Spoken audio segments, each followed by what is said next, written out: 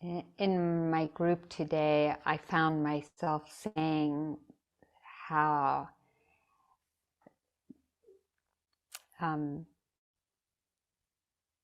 special and sacred this retreat feels, and not to take it for granted in the sense of who knows if there'll be another one, because we don't know how life will unfold in this particular way and configuration. And I've just been feeling that, especially today, the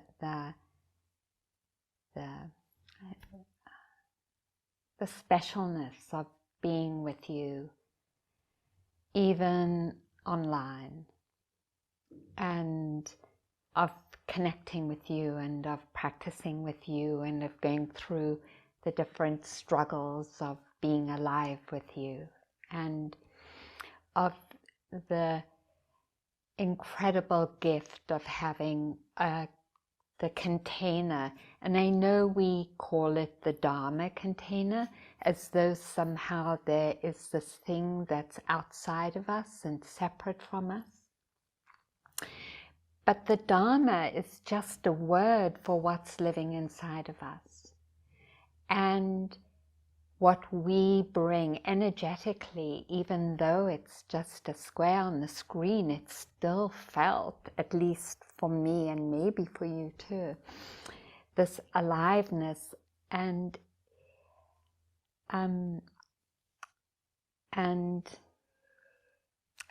Dharma-ishness, that expression as we're living it in how we are together in this room. That feels so sacred and special. And the Buddha said to some of the practitioners who he was walking with, he stooped down and he got a little bit of sand from the Ganges River. And some of you have heard me tell this story, but it comes to my heart right now. And he put this pinch of sand on his nail and he said, is this a lot of sand? And they said, no, it's not a lot of sand. And he said, this is how many people sentient beings come to the Dharma, compared to all the sand grains that live along the Ganges River. That when we think of all sentient life and all the many millions, billions of people on this planet, how few of us have been called, are open to, have the blessing, the inner blessing of the courage and the willingness to try on, right? A transformative practice.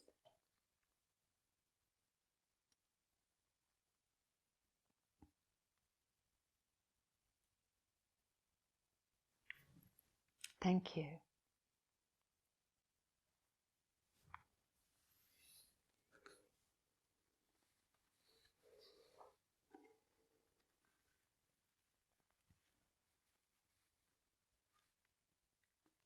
I wanted to give a Dharma talk about loving kindness, or that's friendship, the capacity to be friendly, and the combination of being friendly, of caring, of open-heartedness, of connectedness, connection to life. Not like these are abstract things, but they're the energies, the living energies that express themselves in a live way as we live our lives. And some of you know, and I mentioned already, that I've been on sabbatical for a year. And in my last group, well, actually it's in the last couple of groups, someone asked, well, what happened on your sabbatical. And I could say that I did a lot of lifting, placing, and shifting in walking meditation and opening to body sensations and movement, and so that in some ways it was practice or making the effort to know what my experience is through those different traditional forms. And in retrospect, at the end of the year, it's been about a month since I come out of retreat, although there were other times that I came out. I could say that the access to a deep resource of knowing that love is an inviolate spring inside of myself has strengthened, that I have no doubt about there being love that is alive inside of me, even when I can't feel it, even when I'm in the middle of a rant about something that happened. That when I remember, I have no doubt that by turning towards that love or orienting towards it, that I am building the conditions to reconnect to it, that there's no doubt, and that because there's no doubt, it has become a deep refuge for me. Like, it is my refuge, this knowing of this capacity. And of course, that's true for presence too. And they both go hand in hand, because if we're not present, we can't love. And if it is present, that we are alive to what's happening, that's much better than present. Then there is the care for that aliveness, the caring for the life that's living, whether it's our life or another life.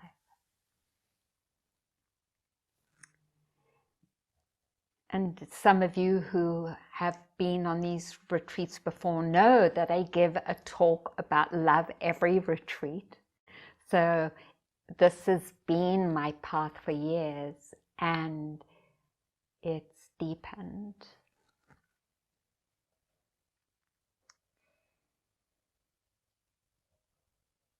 And, you know, when we took the refuges at the beginning of this retreat, I'm sort of ad-libbing, as you can tell already. When we took the refuges at the beginning of this retreat,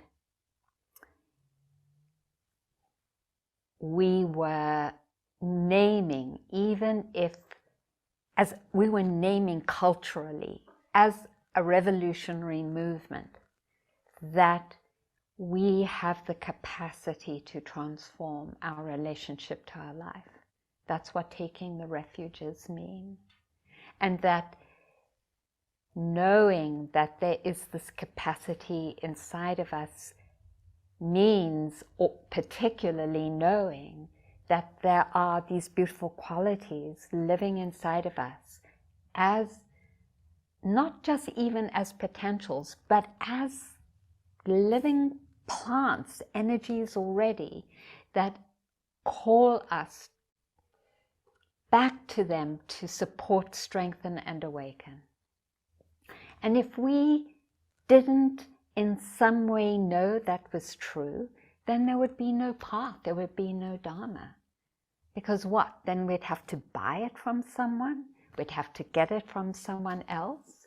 How would transformation work then? But no, the dignity that we sometimes feel as human beings, that grace of, I'm alive, that rests on this understanding of this unlimited capacity. And there are great teachers that we know about, and I don't mean teachers necessarily in the Dharma, teachers whoever they have been for us, who are teachers because they communicate in some way some of the realization of these capacities. And even for some of us, if it isn't so realized, but we have deep faith in it, that's good enough. So I quoted Pema Chodron in the last group because she said in an interview recently, you know, it's funny, I'm a terrible meditator, and yet I teach thousands and thousands of people how to meditate. And I love that, because she really was saying the same thing, is that I have deep faith in this practice, even though I'm not that good at it. And I could say the same of love, you know, that I have unwavering faith in love, even though I'm not always so good at it. And that unwavering faith becomes a profound refuge, especially when things are difficult. And so we were talking about that in the group too, because I mentioned that I haven't been feeling well, which is no great new news. That's one of the things in my life, is that I often feel sick. And yesterday night I felt so bad I couldn't sleep. And so, and I couldn't quite like do metta, and my mind felt too sick and depleted to do anything.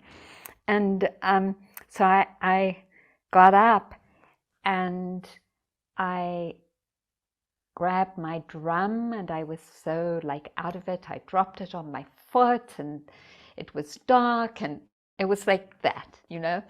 And I took my drum and I opened the blinds of one of my windows, but far away from here because there's someone sleeping behind the Dharma hall.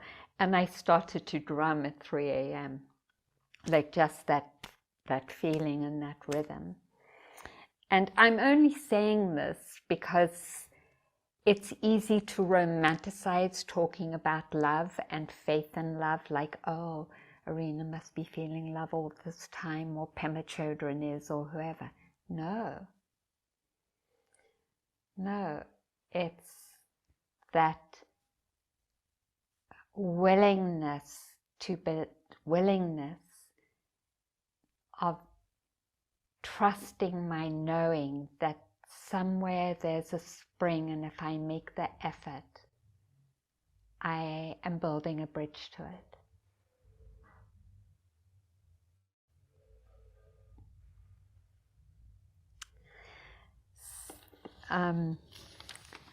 Okay, so now let me go back a little bit to the more traditional descriptions, and then I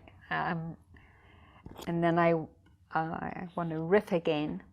But so metta is also described as mitra in Pali, and is described as the sun generating warm feelings, or also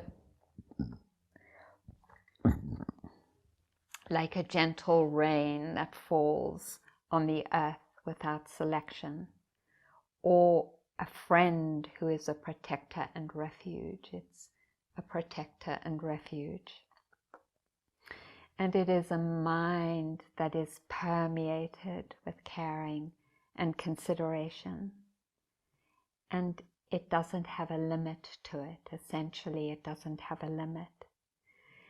And it is not a noun, and that just feels so important to me. It just struck me so much.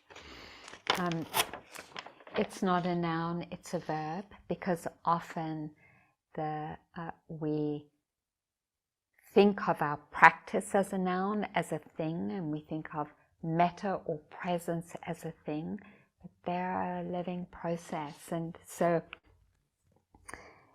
as a living process then, and as connected as a living process, I wanted to share what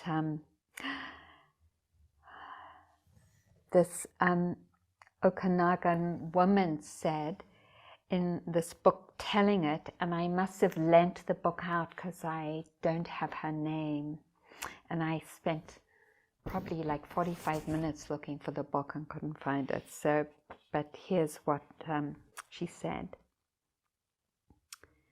Spirituality is very, very clearly tied in with my purpose of being as an Okanagan woman born into this world at this time. Native people think about the source of thought. We consider the vast pool of creation and its origin. We think about the things that formed us as thinking, human, walking people. When we consider the spiritual place from which our thinking arises, the words become sacred things because they come from that place. My responsibility is to strive for correctness in my presentation, correctness of purpose, and accuracy in the use of my words, in my attempt to transcend the simple actuality of things I've seen, to the image of those same things in the context of my entire history, and the sacred body of knowledge that we as people have acquired. Words have been used to destroy, to cause pain, to cause the kinds of things that we see happening all over the world between people, between individuals, between races, between sexes, even between fat and skinny people. Many words do that. My responsibility is to approach these phenomena, all of this misuse of words, from my purpose as part of a healing process for my children and my people who've been so damaged. We are all responsible in this way. We are all thinking people. We all have the ability, and we all have that responsibility. We may not want that responsibility, or we may feel unworthy of that responsibility. But every time we speak, we have that responsibility. Everything we say affects someone. Someone is hearing it, someone is understanding it, someone is going to take it, and it becomes memory. We are all powerful, each of one of us, individually. We are able to make things change, make things happen differently. We are all able to heal. And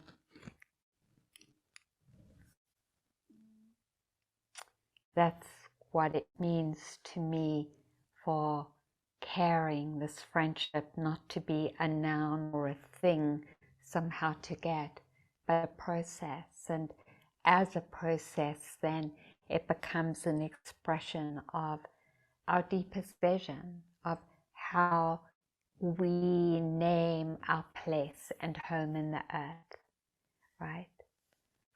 And with the waters and with the air and in our communities and with our bodies, that it's not separate from that, and it's not separate from the calling of healing our structures. So the other day I listened to Trevor Noah, and he said he was talking about Minnesota actually not voting to change the police in some way. I think it was something like that. They had offered to change the nature of the police force and it didn't go through. And correct me, Nora, if that's wrong. And I, there was this moment of like, Trevor, how could you say that? The police force is such an institution of protecting people in power and protecting inequality, how could you say we need the police force? And this sort of like moment of anger rears its head. And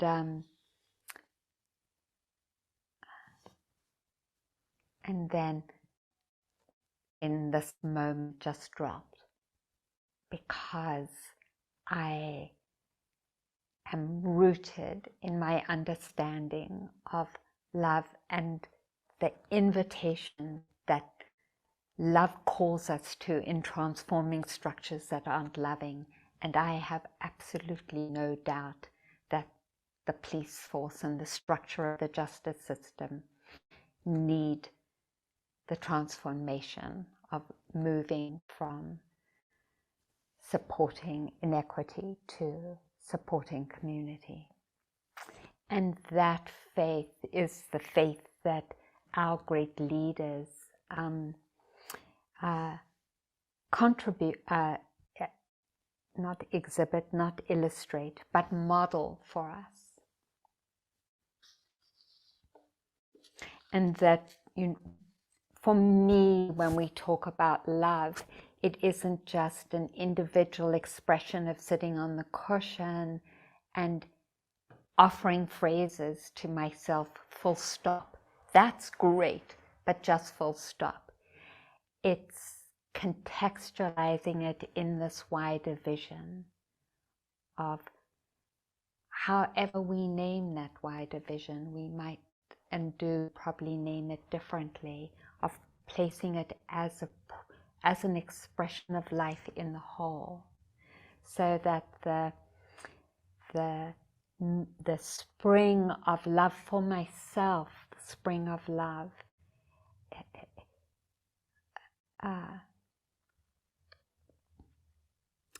is a calling to the Bodhisattva vow. And I have heard of that vow, and I never have wanted to take it, even though I've given Dharma talks about it, because it just seems so heavy. And in one part of my retreat, I was up in the mountains in southern Colorado, and it was just like being outside most of the day, every day, and feeling that life of the trees, and like here too, but because it's so hot, I spend more time indoors. And something clicked then about that we are not separate from all of life, that it makes no sense to think of myself as healed or liberated without being part of a deep commitment to create the conditions for healing for all beings everywhere. And that's what the Bodhisattva vow is. And so this practice of friendliness isn't separate from how we feel the family of life, and how we feel the police force, and how we feel about challenges on our board or our workplace or wherever it is, because the work of finding caring and friendship, finding respect, is about our relatedness and our origin story as a people. Mine from South Africa and apartheid, that's my origin story. And being a white woman, and that calling for healing through love. And I have no doubt about the calling of healing through love. I really don't want this talk to be all so general, so I'm going to get more specific after this. I don't want that calling of healing through love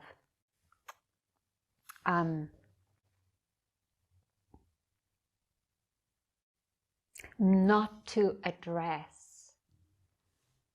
how many people died in the anti-apartheid struggle and suffered torture and were murdered, and then the ANC coming to power and turning the army on striking miners. that is the calling, because structural change without love doesn't change relationships, doesn't manifest the cultural change and the relational change of respect and caring. And so they, for me, they have to go together. They can't be separate. It isn't just phrases on a cushion. It's about wherever we feel that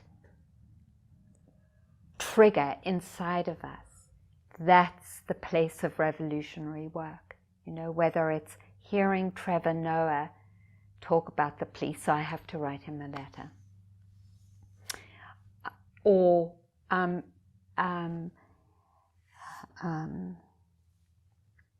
you know, what can I say, just builders where I was meditating, going way up past 7 p.m. with drills and chainsaws, and like wherever it is I'm triggered, doing that work of healing that place inside of myself so I can address what isn't in balance in the world with respect and love.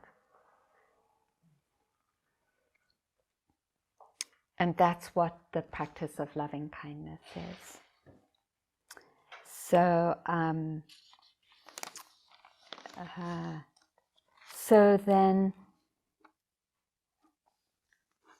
I mean, I could say what the Buddha says about it, but I'm not going to. I'll just read this one story and then I'll go to some of the specific practices for it.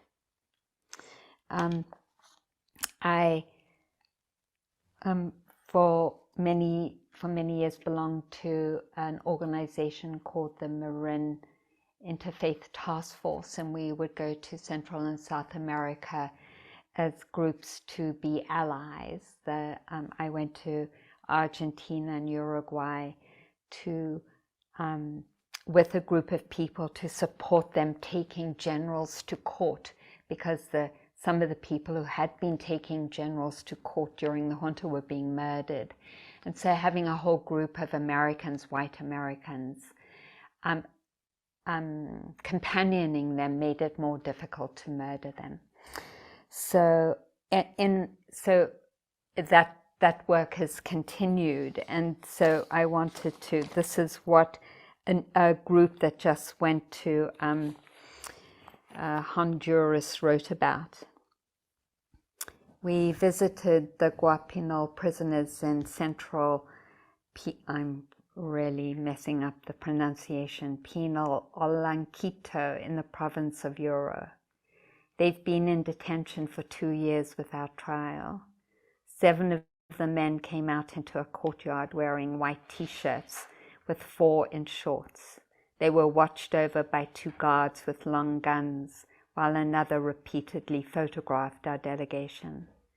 Among the Guapinol water defenders are a teacher, an assistant town mayor, members of the community water board, a mechanic, the town barber, and several leaders of the local Catholic parish. The prisoners told us they are doing this because everyone needs water. We are defending all of us, even though we suffer. The rights to all of this is above economic interests.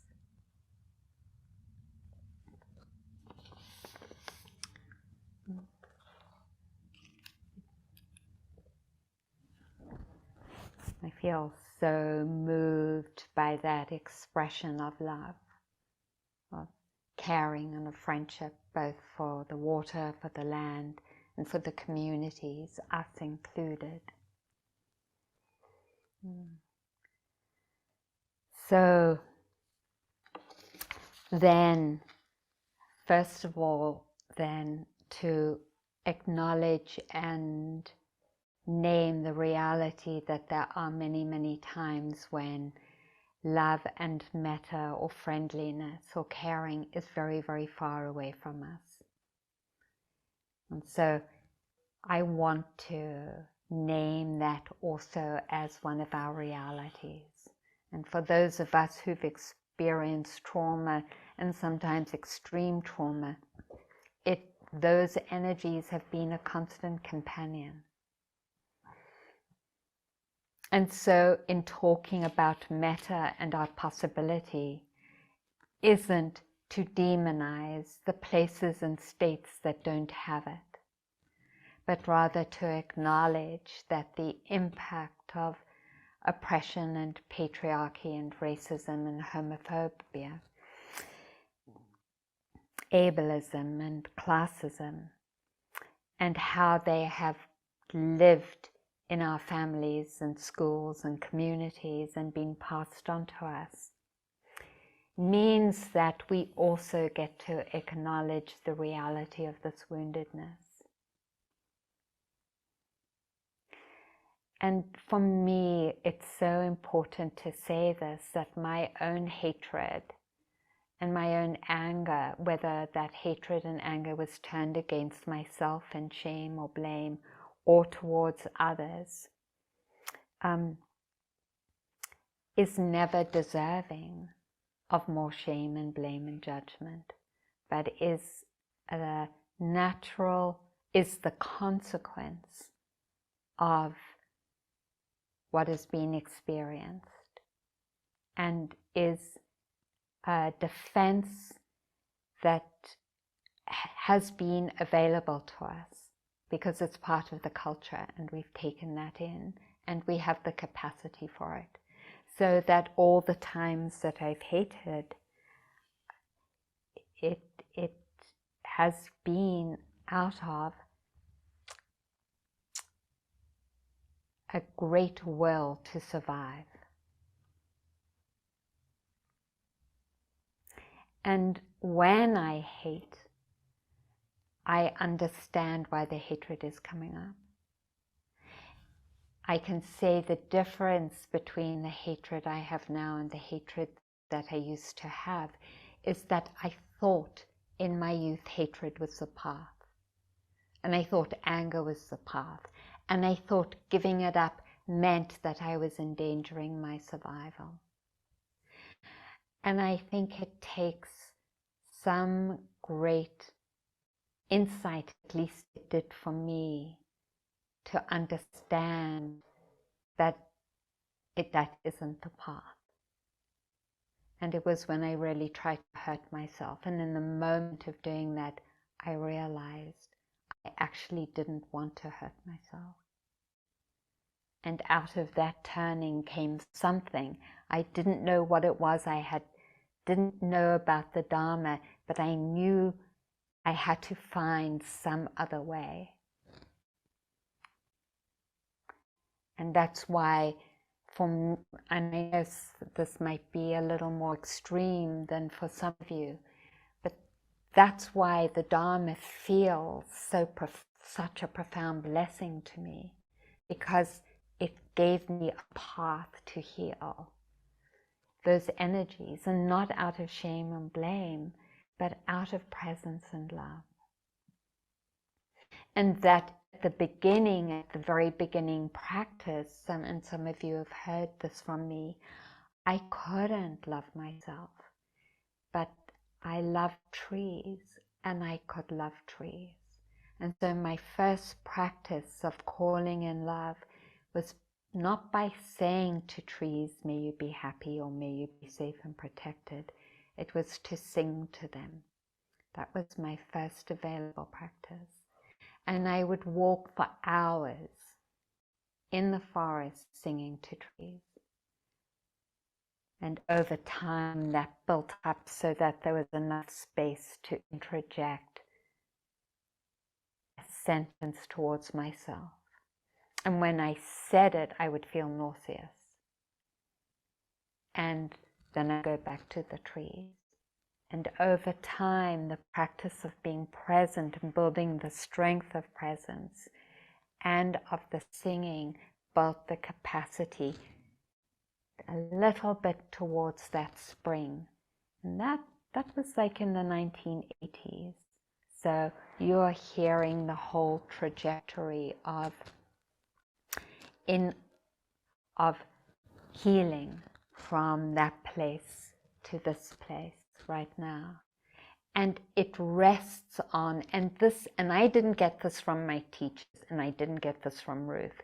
For me, it rests on a deep compassion and understanding of why defense is present, or paralysis, or depression, or anger, or hatred, or anxiety, or any of those energies. They totally make sense as defenses. And they are the calling, the invitation for our healing. And so then the practice of finding the gateway, and I think we talked about that a little bit in the question and answer today. What's the gateway? Because in the beginning, I couldn't even sit that much. It was just too hard. I couldn't have the capacity to hold my pain. But I could walk. And so much of my early practice was walking and feeling the movement in my body, and or doing the singing of metta, and not to myself, but to nature. And so this is a support for each of us finding our paths. And then, having said that, at some point the actual sentences of calling forth the love through the intention, and the intention being expressed as phrases, start to actually begin to make sense to me and to resonate. But it took many years. So when I say now, may I be safe and protected, it comes with it the wish, the deep wish in my being for safety and protection. The traditional metta phrase, may I have ease and well-being in my body, heart and mind. Yes, I wish that, but I wasn't able to before. Now I can. All those many, many, many, many moments. May I be free. May I be free of all the energies that have taken me away from love, that have seduced me into acting out in ways that are unethical. May I be free. And so finding your gateway, whether it's singing, whether it's not you in the beginning, or you and other things, using the phrases, if the phrases can be said without feeling nauseous, and not using the phrases as a bargaining tool. Like, I'll say these phrases if you, Arinna, if you feel caring or love. The phrases are me offering it as like a birthday gift. Like, here you are, Arinna, here's a phrase, and I'm not expecting anything in return, because I know each phrase is building my capacity. And that is really important, because if we expect something in return, there isn't the openness for the spaciousness and the love to grow. So saying the phrases. The condition for loving kindness to arise traditionally is that we see the goodness in people and in life. And that in itself is a totally beautiful practice. And it is turning and tuning towards what we appreciate and what we're grateful for. And that's such a traditional spiritual practice. I have found, and I don't know about you, I have found like it is amazingly powerful to begin to take up the practice of appreciation, saying thank you over and over again to everyone and to myself. So, for example, when I am on a rant about Trevor Noah and I remember, oh my God, I'm on a rant, I deeply appreciate. I say to myself, thank you, remembering, I really appreciate you. Like appreciating every time we remember. Or when I forget, why am I in this room? What was it that I wanted to do? And sometimes I that's it. But sometimes it comes back and I'm like, thank you, thank you. And then, of course, for all the other conditions that we can just bow down to, for the food that we eat. And I know some of you have the practice of not eating before you say a blessing, and I join you in that. I don't ever eat 3 meals without saying something in appreciation and thanks. So, and I mean, what we appreciate can be as ordinary and mundane as a good chair in our living rooms. It makes such a difference, doesn't it, to have a decent chair. In this last cabin I practiced, there were no chairs at all. So I really got to appreciate coming home and having my lumpy old armchair by my dining room table.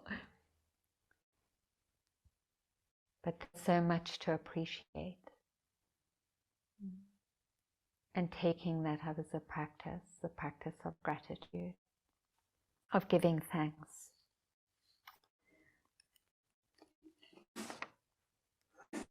And then at the end of the day, appreciating what you have called forth in the day that you appreciate. That's my new practice. I don't go to sleep without appreciating at least one thing in the day, or contemplating it, just taking a minute or two every day to appreciate something about the day. And it doesn't have to be personal, it can be the rain. It's that training of seeing the goodness in life that becomes the grounds for metta. So, you know, there's that book, Radical Acceptance, that was so popular. And I'm like, this is radical appreciation. We get to appreciate everything, and even our history.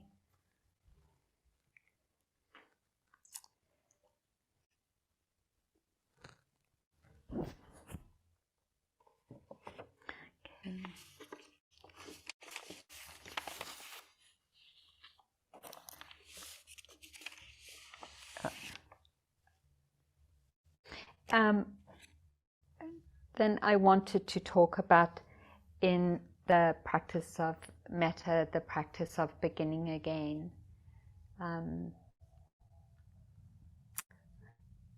I feel so moved, even though it's not personal, that the earth continues to move around the sun and turn on its axis from day into night and night into day. That just feels so amazing to me, that the earth continues to be on its journey, and somehow it touches me as very sacred. The beginning of every day, morning, and the ending of every day, moving into night. And I feel so inspired by that as a practice of beginning again. And I believe, and it feels like it's been such a great support, that there is not a limited number of times when we get to begin again and then suddenly it doesn't count anymore. We get to begin again as many times as we need to. So for however many times I offer love, like last night, and forget it, nothing. And then I'm like, okay, I'll begin again, nothing. Okay, I'll begin again, nothing. And just that action of beginning again without the expectation, the effort of beginning again is actually the path until there's enough energy that I could get out of bed and go and get the drum. So we often think that because we have to begin again, it's a failure, but it isn't a failure. It's just the opposite, that when we fail, we begin again. Or failure isn't the right word. When there's the need, we begin again and we begin again. And that's true of our formal meditation practice as well. Okay, forgot, begin again. Okay, forgot, begin again. That's my practice. My practice is beginning again.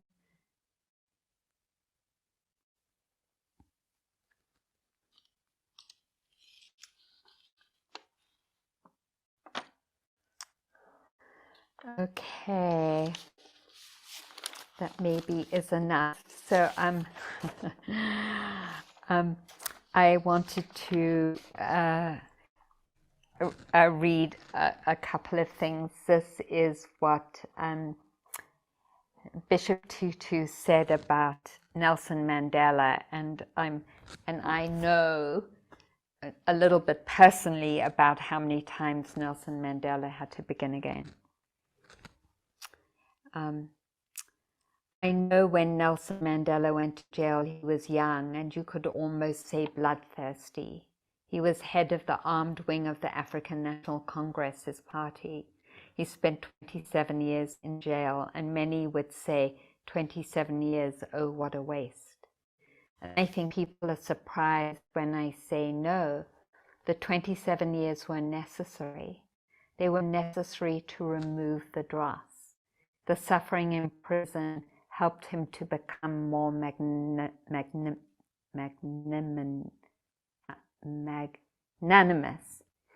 willing to listen to the other side, to discover that the people he regarded as his enemy, they too were human beings who had fears and expectations, and they'd been molded by their society. And so without the 27 years, I don't think we would have seen the Nelson Mandela with the compassion, the magnanimity, the capacity to put himself in others' shoes.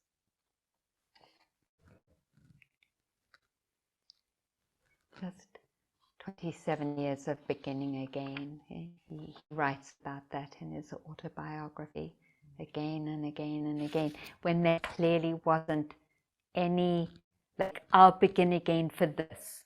Like, I'm going to get out, because he didn't know he would get out. I'm just going to begin again and again and again. It's so beautiful.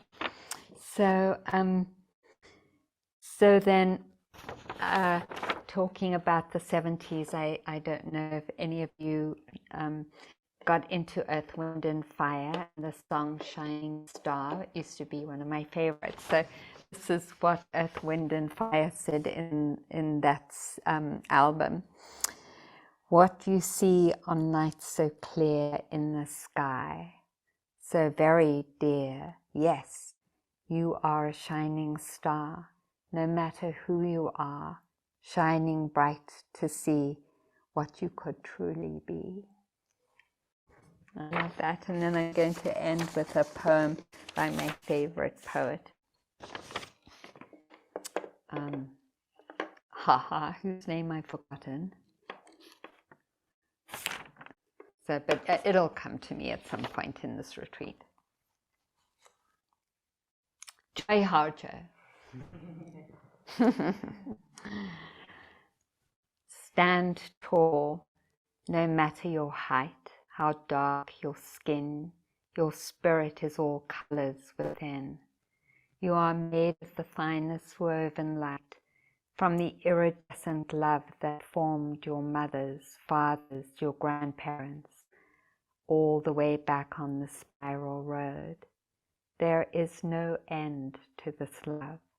It has formed your bodies, feeds your bright spirits, and no matter what happens in these times of breaking, no matter dictators, the heartless and liars, No matter, you are born of those who kept ceremonial embers burning in their hands all through the miles of relentless exile. Those who sang the path through massacre all the way to sunrise. Let's take a moment.